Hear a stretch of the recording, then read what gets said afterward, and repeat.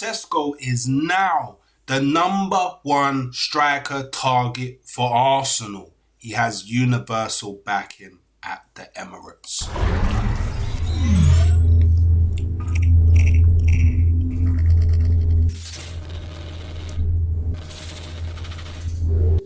Good evening, good afternoon, good morning, wherever you may be.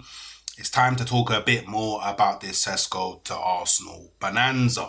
So look, £93 million striker now has universal backing at Arsenal. He could be Mikel Arteta's new number 9.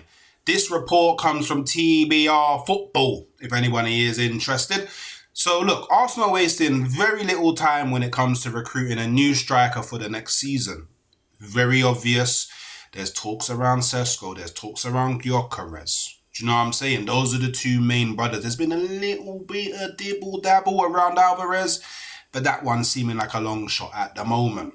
Look, new sporting director Andrea Berta arrived at Arsenal with the intention of finding the right number 9 for Mikel Arteta. And I think Andrea Berta, as an appointment for director of football, is one of the clearest indicators that we will be signing a striker, if not multiple, this season. Berta is renowned for his ability to bring in strikers to the clubs that he is at. Look, Berta immediately recognised that recruiting the right striker would be crucial for the Gunners, and he's already made sure to leave no stone unturned. Again, I've said this many a times, his transfer strategy. He's been communicating with about 15 different attackers. He's not going to allow a similar scenario to Sterling to happen again this summer. Arsenal have scoured the market and it's left them with two main options, Viktor Gyökeres and Benjamin Sesko. Arsenal tried to sign Sesko last summer, a striker who is clearly admired at the Emirates Stadium. And while Sesko rejected Arsenal on that occasion, he'd be a lot more receptive to calls from North London this summer. And those of you that may not know why Sesko rejected Arsenal, it wasn't because he didn't like us. It wasn't because we weren't giving him the right financial package. It wasn't because he thought that Leipzig was a bigger or better team than Arsenal. It wasn't because he had better opportunities elsewhere. It was because he was told that he would be second fiddle to Kai Havertz. He didn't want to be second fiddle. So he thought another season at Leipzig will probably be better for my development. And I mean, Leipzig didn't have the greatest of seasons, so maybe that didn't work out, but he may be coming now, so who cares? Benjamin Sesko is admired by everyone at Arsenal. That being said, BBC Sport journalist Sami Mokbel, who people you know, he's a tier 1 for Arsenal, has provided an update on Arsenal's search for a new striker in a Q&A. Mokbel was asked whether Arsenal are more likely to sign Gyökeres or Sesko this summer, an answer he couldn't currently give. But the journalist did reveal that Sesko had universal backing at Arsenal, a statement which felt fairly significant. Mokbel said Sesko has near universal backing at the Emirates, but crucially will be the more expensive deal. Gyökeres' chances of moving to Arsenal have increased since Andrea Berta's appointment as sporting director. Price is key here. Sesko ticks many boxes in terms of profile. He is younger than Gyökeres and plays in a stronger league, the Bundesliga, according to recruitment data. But some of the reported figures indicate he could cost £93 million. Gyökeres is more economical, but would see the club divert from their longer term strategy, given Sesko has always been a target. And this is what it kind of comes down to. So I feel like a lot of people should be aware of this. When Berta came into Arsenal, Sesko was the main target. Berta was fully on board. There's been no report of Berta not wanting Benjamin Sesko. But the reason that the Viktor Gyökeres links started to heat up and Berta started to do a lot of groundwork on Viktor Gyökeres is because he would be the more affordable target, or at least the target that makes more financial sense for what you're getting. But I would say maybe within the last week or so, I feel like there's been a decision made within Arsenal where they've sort of gone, you know what? Let's try and press on with this Sesko deal, because if we can haggle them down even a bit, I think that's who we'd rather go with.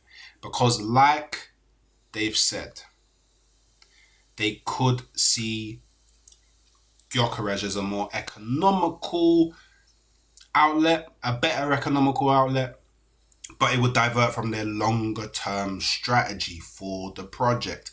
Whether you like the project or not is a different story. He's going to be here next season. He's here to stay. This is part of what he decided to build, and Sesko is the more preferred for the longer term strategy. Now, don't get me wrong, much higher risk. They've even noticed this risk. They're aware of it.